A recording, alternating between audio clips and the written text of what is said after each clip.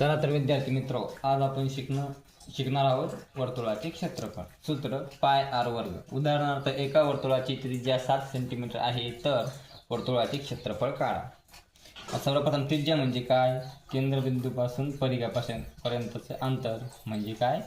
तुमची त्रिज्या ही झाली 7 सेंटीमीटर.